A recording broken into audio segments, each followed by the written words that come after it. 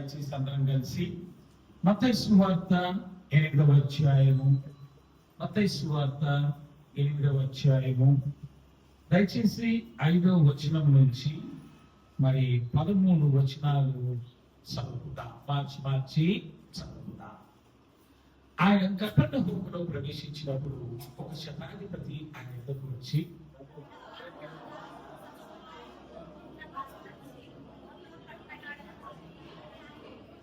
యేసు నేను వచ్చి వారిని స్వస్థపరిచేదనని అతనితో చెప్పగా,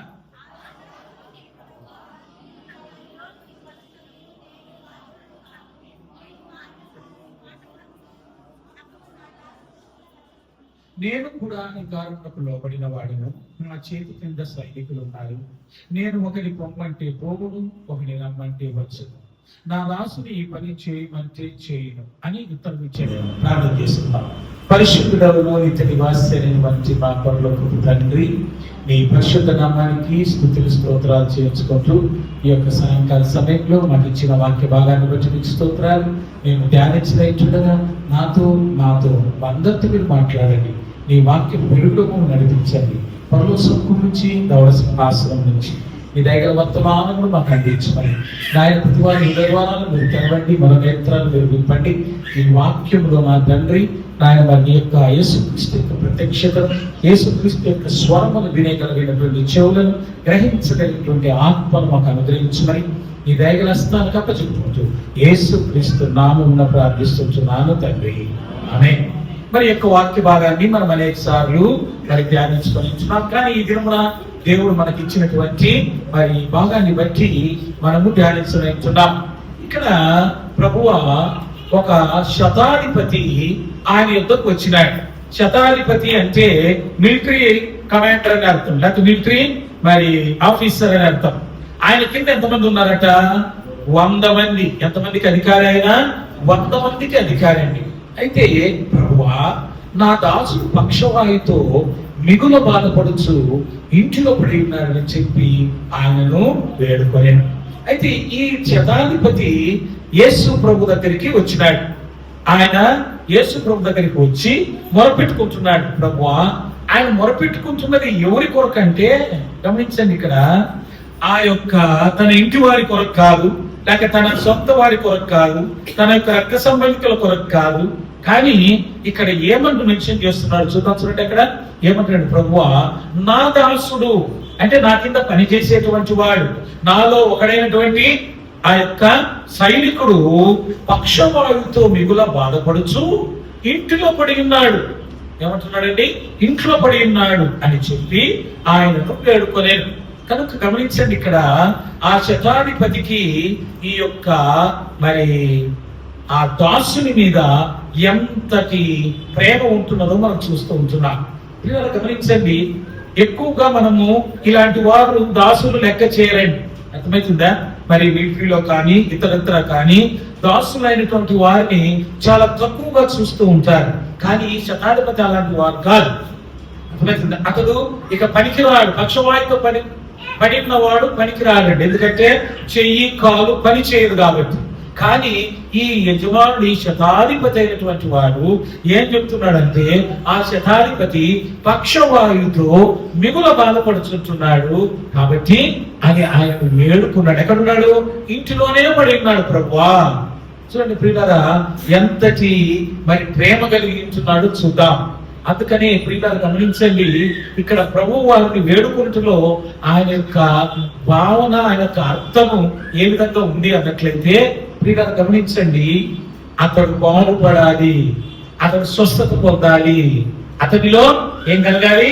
స్వస్థత కలగాలి, అతడు మరలా నా యొక్క పనిలో ఉండాలి అనేటువంటి ఆలోచన ధోరణి కలిగించున్నాడు.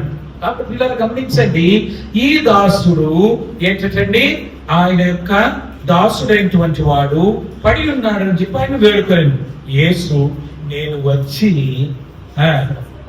అతనిని స్వస్థపరిచేదనని అతనితో చెప్పగా, అందుకే యేసు ప్రభు అన్నాడు, ఏమన్నాడంటే, సరే నేను వస్తాను, నేను వచ్చి బాగు చేస్తాను అని చెప్పినాడండి.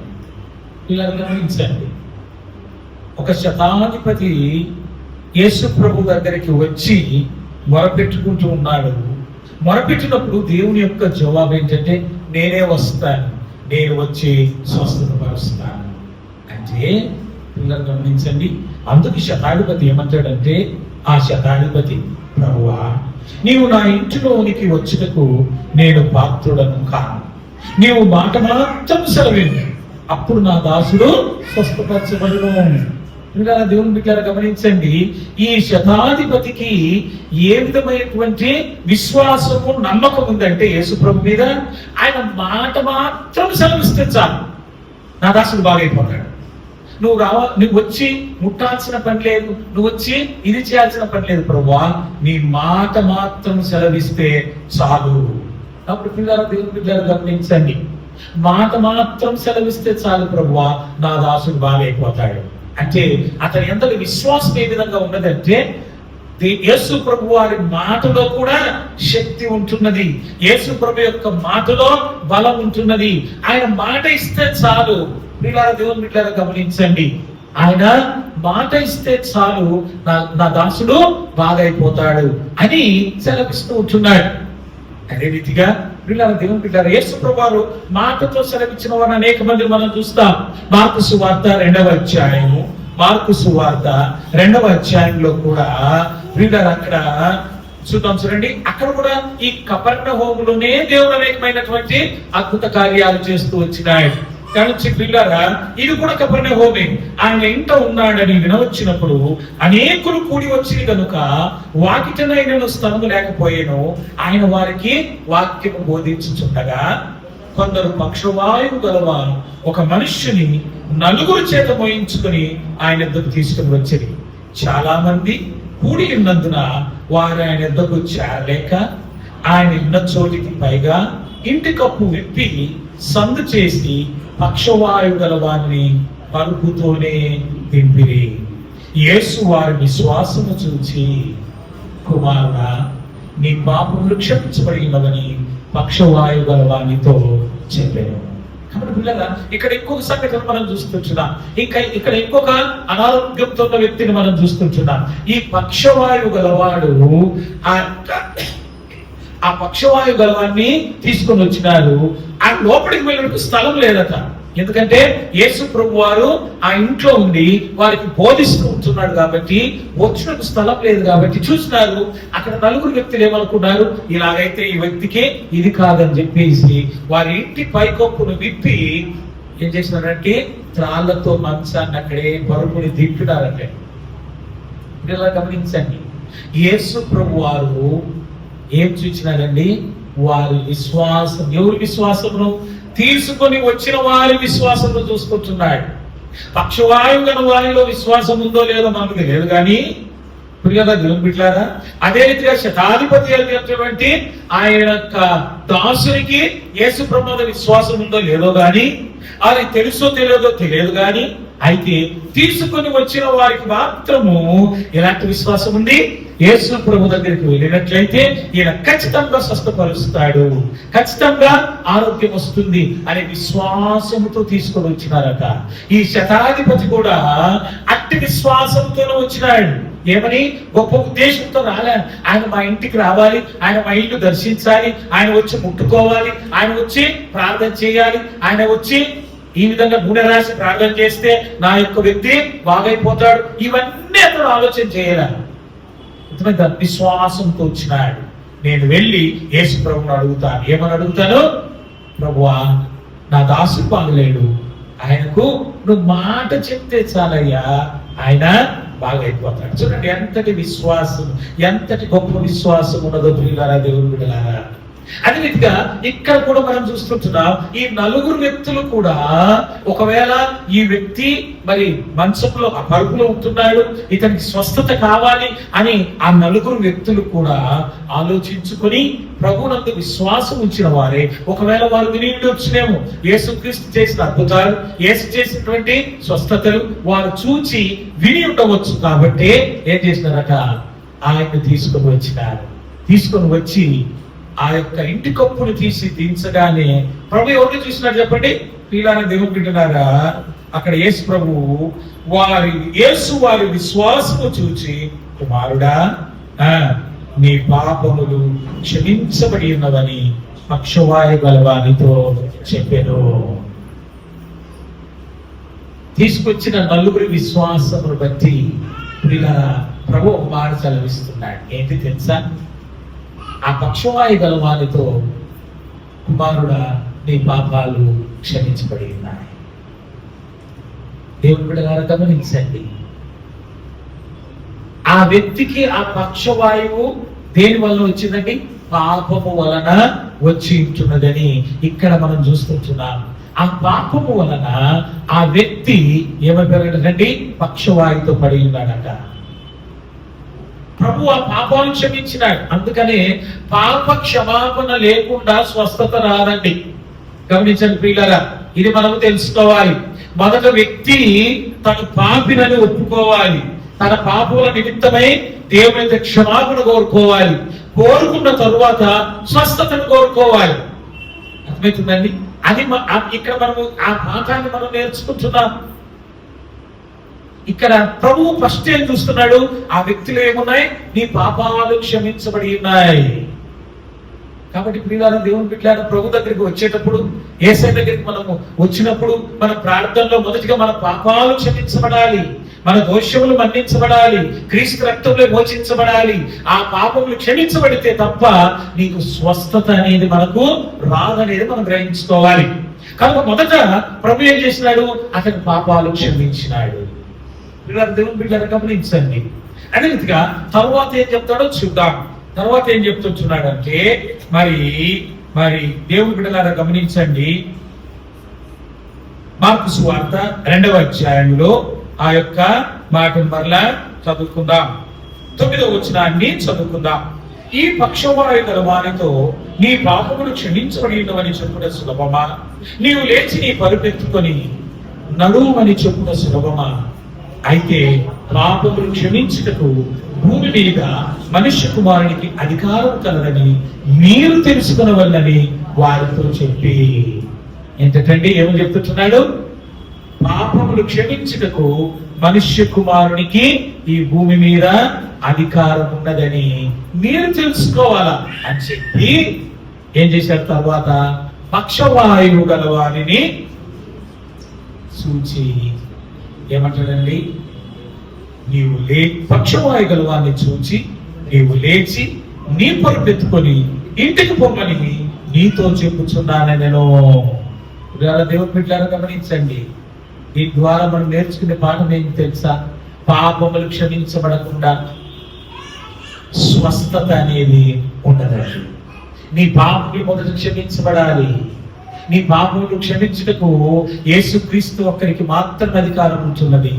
అందుకే మనం మొదటి యోహాను పత్రిక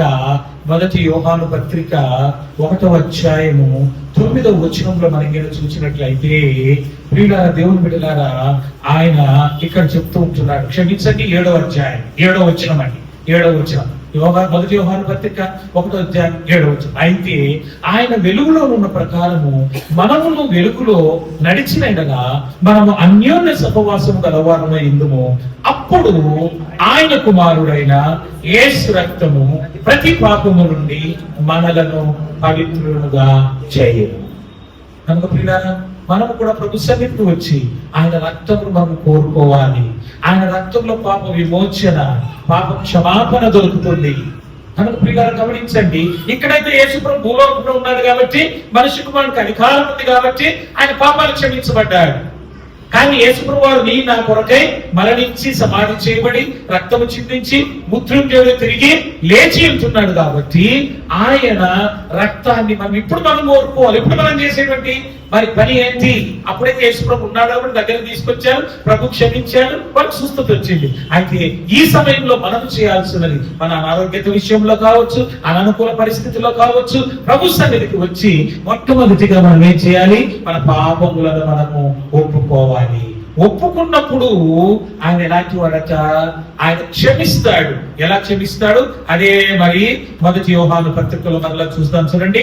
ఆ విధముగా మనము 8వ వచనం చదువుకున్నాం. మనము పాపము లేని వారమని చెప్పుకొని ఎడలా మనమే మోసపుచ్చుకొందుము, మరియు మనలో సత్యం ఉండదు. మనలో పాపము లేదని మనం చెప్పుకుంటే ఒకరు అనొచ్చు, నేను ప్రభువును విశ్వసించినానండి, దేవుని యొక్క నమ్మకం ఉంచినానండి, కనుక నాలో పాపము లేదు, నేను ఒప్పుకోవచ్చు, లేదని కాదు. నువ్వు విశ్వాసిగా ఉండవచ్చు, అయితే పాపపు తలంపులు, పాపపు ఆలోచనలు, పాపపు ఉద్దేశాలు దుష్టుడైనటువంటి వాడు కలిగించినప్పుడు వెంటనే మనం చేయాల్సింది ఏం తెలుసా? యేసు రక్తము ద్వారా విమోచించబడుతూ ఉండాలి. అందుకని 9వ వచనం ఏమంటారు చూద్దాం, చూడండి. మన పాపమును మనం ఒప్పుకొని ఎడల ఆయన నమ్మదగిన వాడును నీతిమంతుడును కనుక ఆయన మన పాపములను క్షమించి సమస్త దుర్నీతి నుండి మనలను, అది ఆయన చేసే పని. మనం ఒప్పుకుంటే ఆయన క్షమిస్తాడు. నువ్వు పాపములు ఒప్పుకోకపోతే ఆయన క్షమించడు. మన పద్ధతులు ఎట్లుంటాయి తెలుసా? నేను చేసినంత దేవుడికి తెలుసు. కొంతమంది ఇంకేమంటారు తెలుసా?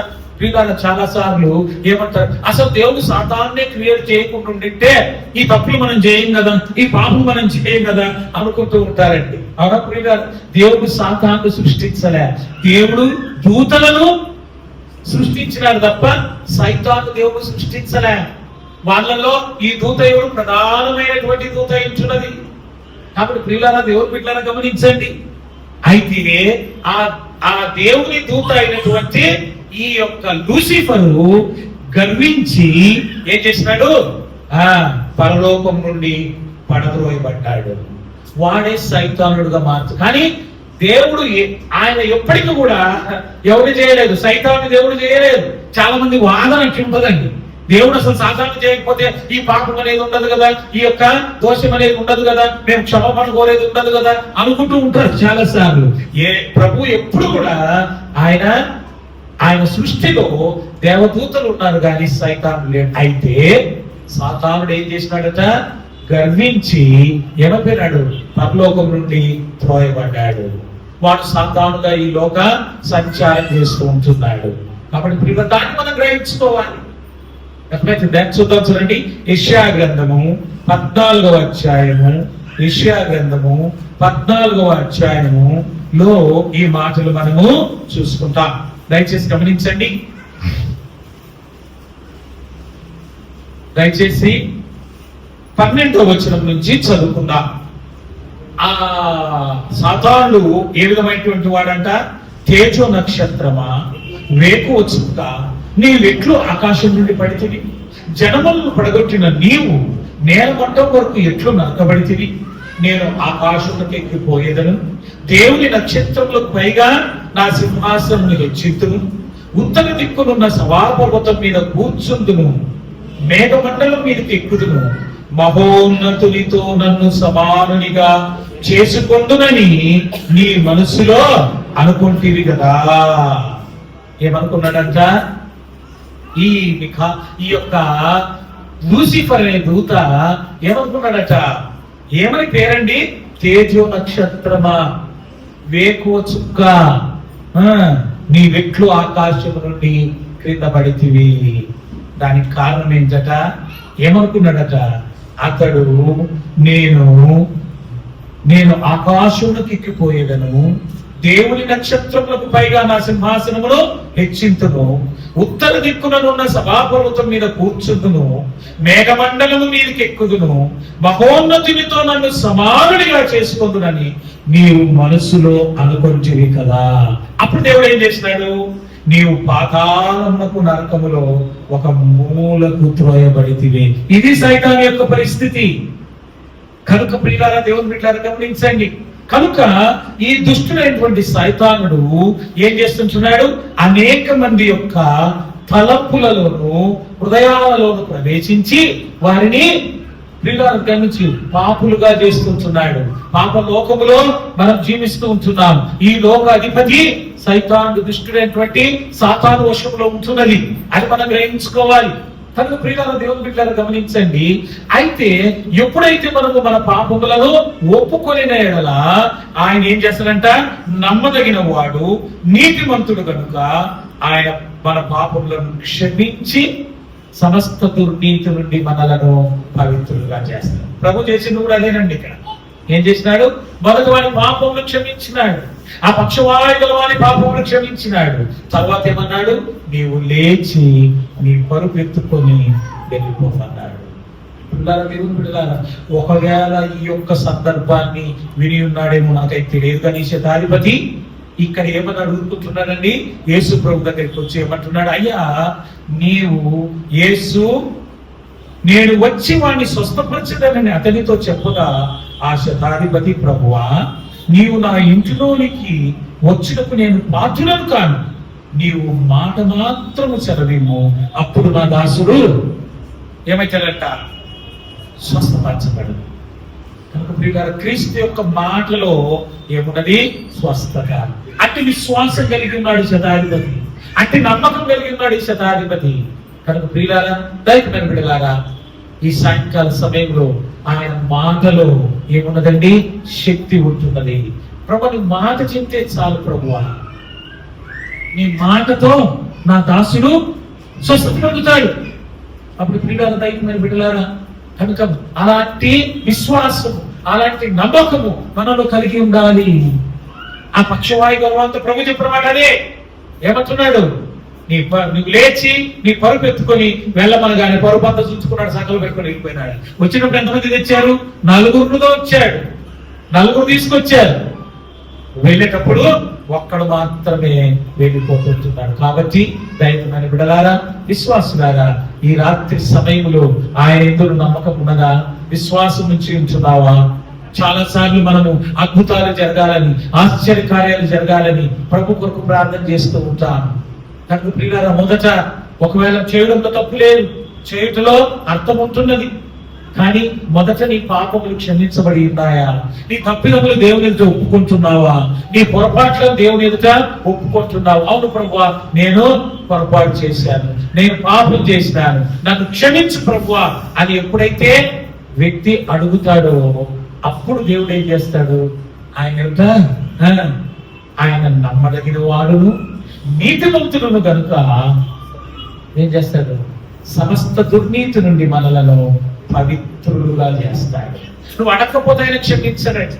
చాలా మందికి ఇంకొక ఆర్గ్యుమెంట్ ఉంటుంది, నేను చేసేది దేవుడికి తెలుసు కదా, ఆయన అన్ని చూసినానన్నారు కదా, మీరే చెప్తుంటారు కదా అప్పుడప్పుడు, ప్రభువుకు అన్ని తెలుసు, ఆ ప్రభువుకు అన్ని తెలుసు అని చెప్తుంటారు కదా.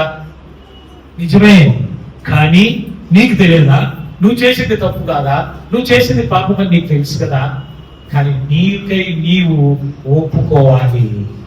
ఆయన ఎదుటికి వచ్చి ఆయన దగ్గర క్షమాపణ కోరుకోవాలి. ప్రభా, నీకు కేవలము నీకు విరోధంగా నేను పాపం చేసినాను. తప్పిపోయిన కుమారుడు తండ్రితో బాగానే ఉన్నాడండి, ఆస్తిని పంచుకున్నాడు, స్నేహితులతో వెళ్ళి దుర్వ్యాపారం చేసి ఏం చేశాడండి? సమస్తము నష్టపరుచుకున్నాడు. స్నేహితులందరూ అప్పుడు ఎంతో సంతోషంగా గడిపినాడు, ఎంతో ఆనందంతో గడిపినాడు స్నేహితులు ఉన్నప్పుడు. అయితే అతని వద్ద డబ్బులు అయిపోగానే, ఆస్తి అయిపోగానే అందరూ విడిచిపెట్టినారు. విడిచిపెట్టిన తర్వాత ఎక్కడికి వెళ్ళాడండి? ఆకలి తట్టుకోలేక పందులు కాసే వంటి వారి దగ్గరికి వెళ్ళి నీ పందులు నేను కాస్తానని చెప్పినాడు. పిల్లారా, దేవుని బిడ్డారా, ఆకలి తట్టుకోలేక పందులు తినే పొట్టును తినబోతే పందులు మిగిలించలేదట. అప్పుడు పశ్చాత్తాపడ్డాడట. ఏమని? సుగంధుడి లూకాసు వార్త 15వ అధ్యాయము. పిల్లల దేవుని బిడ్డారా, గమనించండి, 15వ అధ్యాయంలో ఆ మాటలు మనము చదువుకుంటాం. లూకాసు వార్త 15వ అధ్యాయము 13, 14, 15 చదువుకుందాం. కొన్ని దినములు అయిన తరువాత ఆ చిన్న కుమారుడు సమస్తమును కూర్చుకొని దూరదేశముకు ప్రయాణమైపోయి అచ్చట తన ఆస్తిని దుర్వ్యాపారం వల్ల పాడు చేసిన. అదంతా ఖర్చు చేసిన తరువాత ఆ దేశమందు గొప్ప కరువు రాగా వాడు ఇబ్బంది పడసాగి వెళ్ళి ఆ దేశస్థులతో కలిసి అంత చేరి అతడు పందులను మేపుటకు తన పొలములోనికి వాడిని పంపాడు. వాడు పందులు తిను పొట్టుతో తన కడుపు నింపుకొని ఆశపడను గాని ఎవడును వానికి ఏమీ ఇయ్యలేదు. అయితే బుద్ధి వచ్చినప్పుడు నా తండ్రి యొక్క ఎంతో మంది కూలి వాళ్ళకు అన్నము సమృద్ధిగా, నేనైతే ఇక్కడ ఆకలికి చచ్చిపోతున్నాను. నేను లేచి నా తండ్రి యొద్దకు వెళ్ళి, తండ్రి, నేను పరలోకమునకు విరోధముగాను నీ ఎదుటను పాపము చేసింది. ఇక మీదట నీ కుమారుడిని అనిపించుకున్నకు యోగ్యుడను కాను. నన్ను నీ కూలి వారిలో ఒకరిగా పెట్టుకోమని అతనితో చెప్పుచు లేచి తండ్రి యొద్దకు వచ్చేదా. ఇప్పుడు పశ్చాత్తాపం కలిగింది.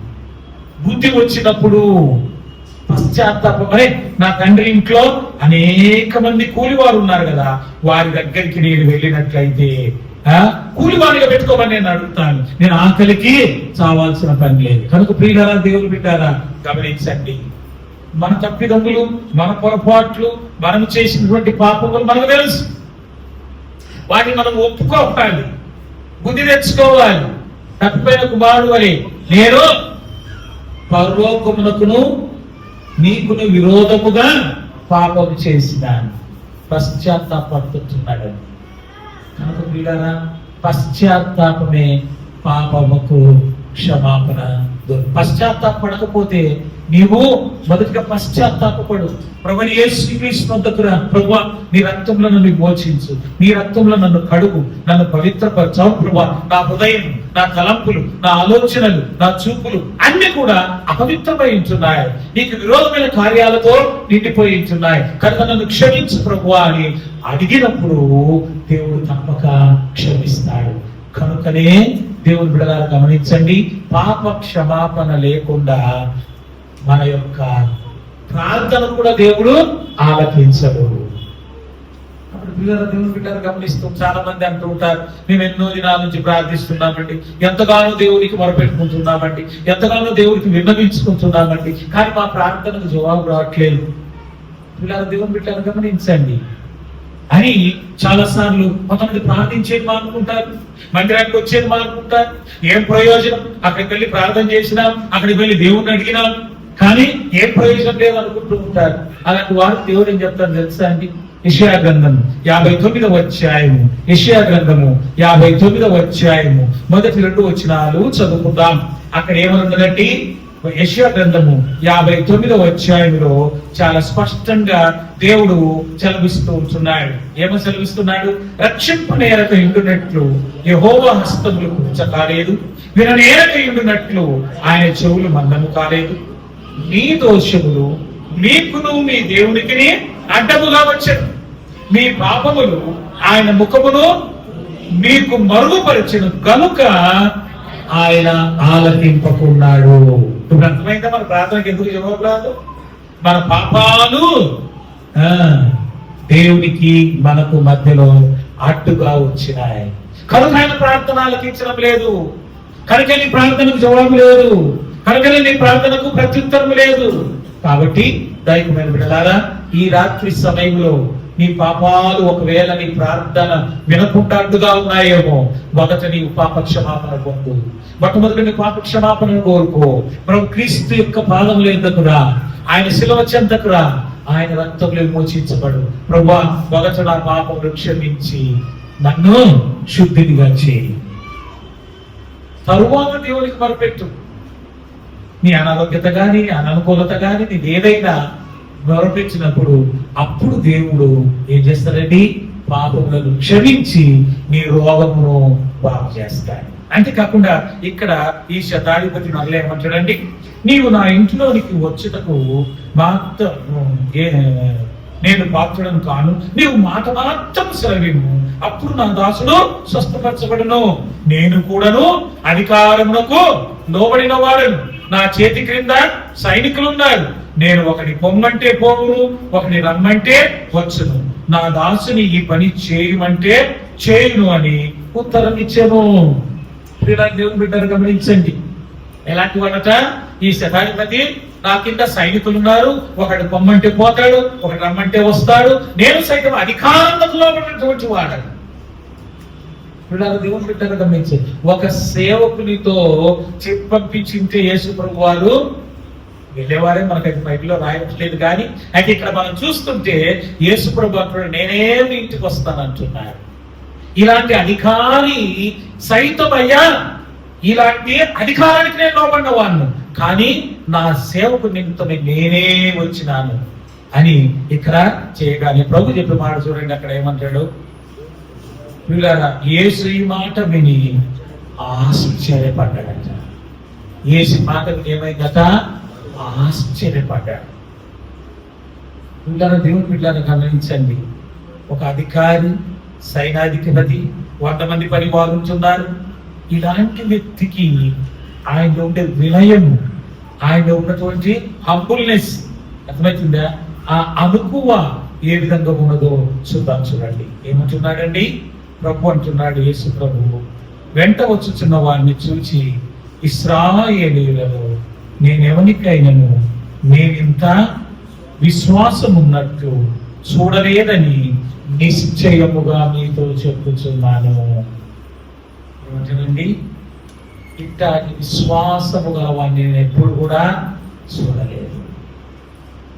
కనుక ప్రియులారా, ఆయనందరి విశ్వాసం, ఆయనందరి నమ్మకం మనకు అవసరమై ఉంటున్నది.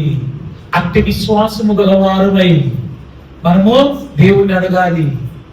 నేను అనుకుని కాదు, నువ్వు నా ఇంటికి వచ్చినప్పుడు నేను యోగ్యుణ్ణి కాదు, నువ్వు మాట మాత్రం సర్వే ప్రభువా, నా దాసుడు బాగైపోతాడు. దేవుడి గారు గమనించండి. కనుక ఈ శతాధిపతికి as a concern about his servant అండి. గమనించండి పిల్లారా, ఆయన దాసుని మీద ఆయనకి ఏముంటున్నది? కన్సర్న్ ఉంటున్నది. వాడు బాగుపడాలనే కోరిక ఉంటున్నది.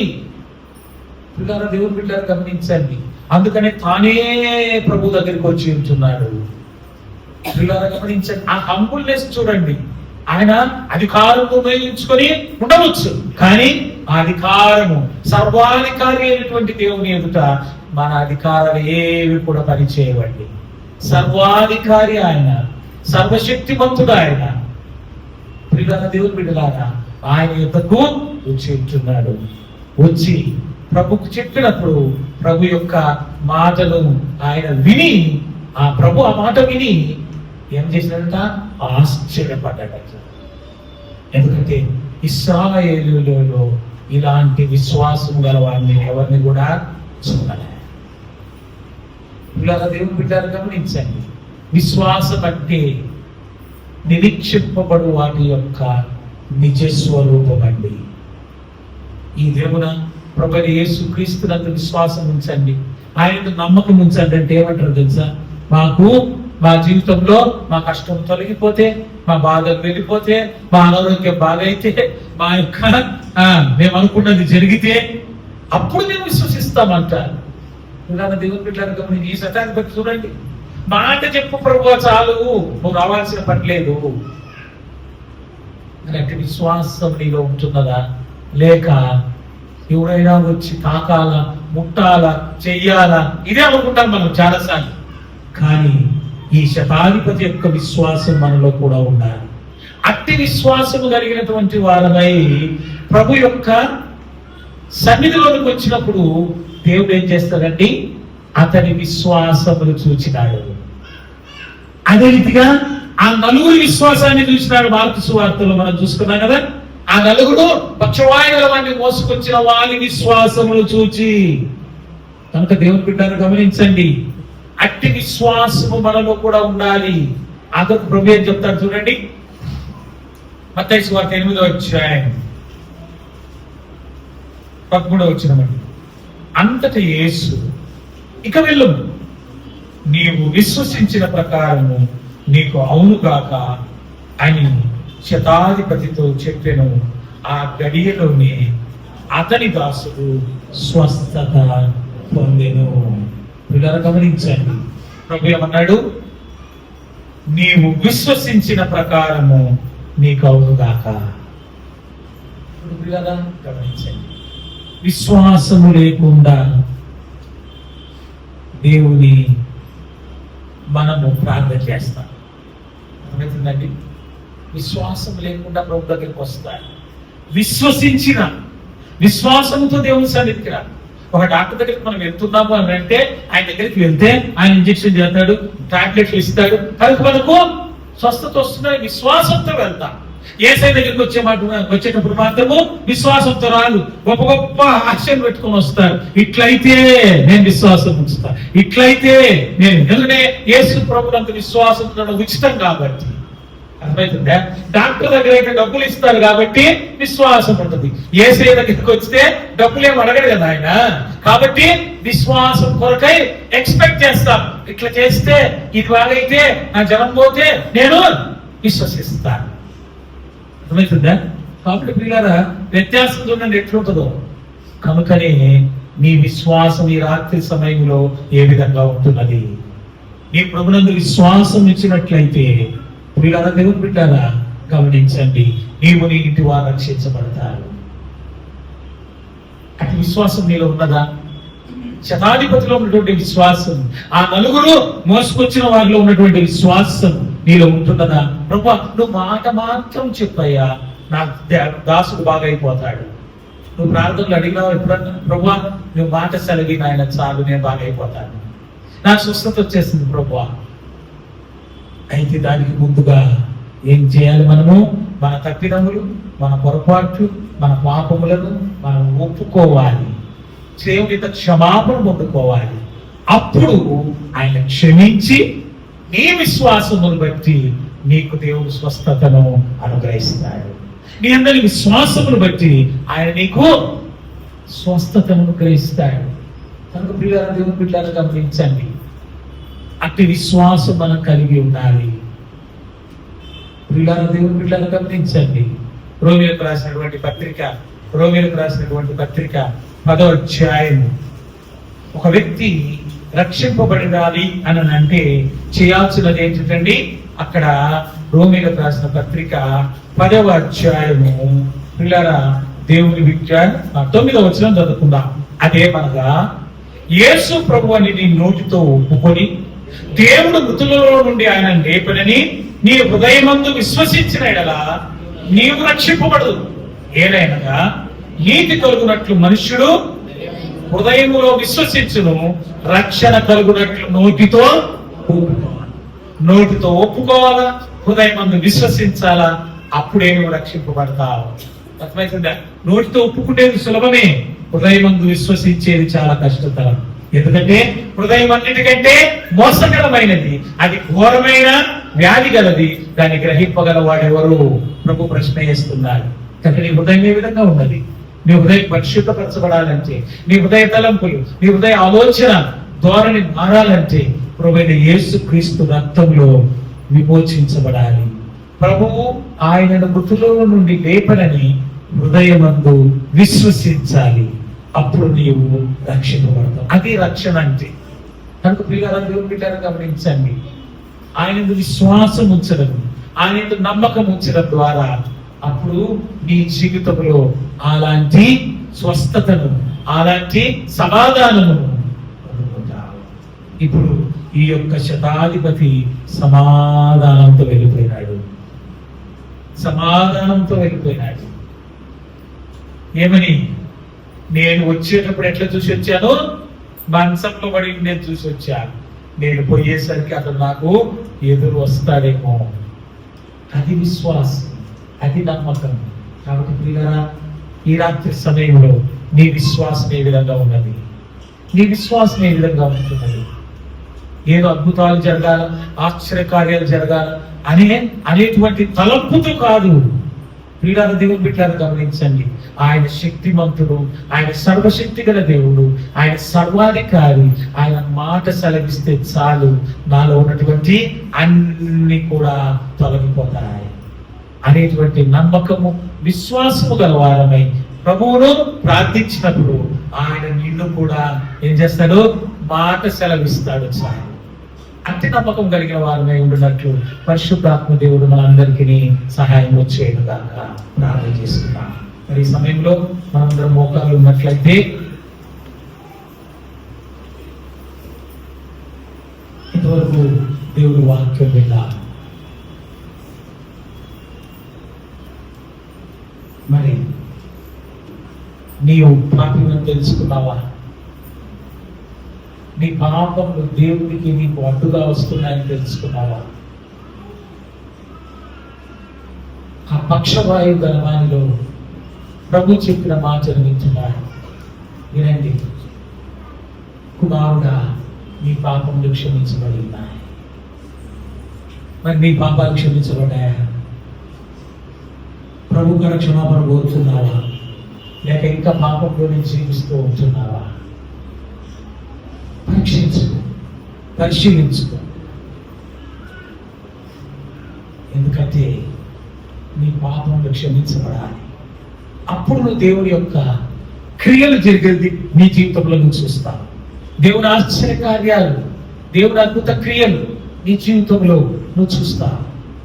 ఆయన స్వస్థత, ఆయన యొక్క స్వస్థతను నీవు అనుభవిస్తావు. పాపములు క్షమించబడకుండా పిల్లరా, దేవుని బిడ్డలారా, మీ యొక్క వ్యాధి బాధ తగ్గదు. పాపములు క్షమించబడకుండా నీవు అడిగింది దేవుడు అనుగ్రహించాడు. మొదట నువ్వు పాపివని గుర్తిరిగి ప్రభు సన్నిధిలో ముఖాళ్ళ మీద ప్రభు అడుగు, ప్రభువా నన్ను క్షమించు, నీకు విరోధంగా నేను నడిచినానయ్యా, నీకు విరోధమైన కార్యాలు నాలో ఉన్నాయి ప్రభు, నా హృదయం అంతా నీకు విరోధమైన కార్యాలతో నింపబడి ఉన్నాను ప్రభు, నన్ను క్షమించయ్యా, నీ పరిశుద్ధ రక్తం నన్ను విమోచించి నన్ను నీ బిడ్డగా చేసుకోయ్యా, నేను ఎందుకు విశ్వాసం ఉంచుతున్నాను ప్రభు అని ప్రభు కాడ క్షమాపణ కోరుకొని ప్రభుత్వ విశ్వాసం ఉంచు. అప్పుడు నీవు నీ ఇంటి వారు రక్షింపబడతారు. కనుక పిల్లల ఈ సమయంలో దేవుని ఎదుట క్షమాపణ కోరుకో. నేడే నీ పాపము లోపుకో, నీ పాపడగులు తుడచుకో. నేడే నీ పాపము లోపుకో, నీ పాపడగులు తుడచుకో. నీ ఆత్మ తనువుల శుద్ధీకరణకు, నీ ఆత్మ తనువుల శుద్ధీకరణకు క్రీస్తు యేసు రక్తములో యేసు చావుంది సిలువపై కొరకే, నా కొరకే ఎంత గొప్ప ప్రేమ నోచెను. నీ కొరకే, నా కొరకే. ప్రభువా ఒప్పుకో, ప్రభువా నీ ఎదుట నేను ఒప్పుకుంటున్నానయ్యా, నీ ఎదుట నా పాపం ఒప్పుకుంటున్నానయ్యా, నన్ను క్షమించు, నన్ను క్షమించయ్యా. నీకు విరోధమైనటువంటి కార్యములు నా జీవితంలో అనేకం ఉన్నాయి, వాటన్నిటినీ విలువన నాకు బయటపరిచినావని స్తోత్రాలు. నీ ఎదుట నేను ఒప్పుకుంటున్నాను, నన్ను క్షమించి నీ కుమారుడిగా నీ కుమార్తెగా నన్ను చేసి అని ప్రభు అడుగు. ప్రభు తప్పక క్షమిస్తాను. పరిశుద్ధుడా, నిత్య నివాసి స్తోత్రం నాయన. ఇంతవరకు మనందరినీ సజ్జిలెక్కల నుంచి దీవించి ఆశీర్వదించి నువ్వు ఇచ్చిన వర్తమానాన్ని బట్టి నీకు స్తోత్రం. అవును తండ్రి, శతాధిపతి ప్రభు, అధికారం కలిగిన వాడయ్యా నాయన, 100 మందిని పెట్టుకుని ఉన్నానయ్యా. ఒకడు బొమ్మంటే పోతాడు, ఒకడు రమ్మంటే వస్తాడు. అధికారులకు లోబడిన వాడయ్యా. ప్రియులారా, అలాంటి శతాధిపతి ప్రభువా నీ దగ్గరికి వచ్చి తన దాసుని నిమిత్తమై వేడుకున్నాడయ్యా. నా ఇంటికి వచ్చినకు నేను యోగ్యునిగానని చెప్పుకున్నాడయ్యా, అర్హునిగాని అన్నాడయ్యా. ప్రభువా, మరి ఆయన విశ్వాసమును చూచి నీవు మాట సెలవిస్తే చాలు, నా దాసుడు బాగుపడతాడని చెప్పినాడు. కనుక నా తండ్రి, ఆయన నీ మాటల ఎందు విశ్వాసం ఇచ్చినట్లు మేము కూడా నీ మాటల ఎందు విశ్వాసం ఇచ్చి ప్రభువా నడుచుకున్నట్లు మీకు పొందాయించి. అవును తండ్రి, నీ వాక్యం ద్వారా మాతో మాట్లాడిన దాని బట్టి నీకు స్తోత్రం. కూడిన బిడ్డల్లో ఇంకా ఎవరికైతే పాప క్షమాపణ లేదు, పాపంలో జీవిస్తున్నారు నాయన, తమ యొక్క నాయన మరి దుర్వ్యాపారముల వల్ల, దుర్వ్యసనాల వల్ల ఎవరైతే నా ప్రభువా పాపములు పడి ఉంటున్నారో అలాంటి వారిని మీరు దర్శించండి, వారితో మీరు మాట్లాడండి. మీరే నా తండ్రి పాప క్షమాపణ నుంచి నాయన నీ ఎదుటికి వచ్చినప్పుడు, నేను ప్రార్థించినప్పుడు వారిని క్షమించి వారిని పరిశుద్ధులుగా చేయవలసిందిగా కోరుకుంటూ యేసుక్రీస్తు నామమున ప్రార్థిస్తున్నాను తండ్రి. ఆమేన్.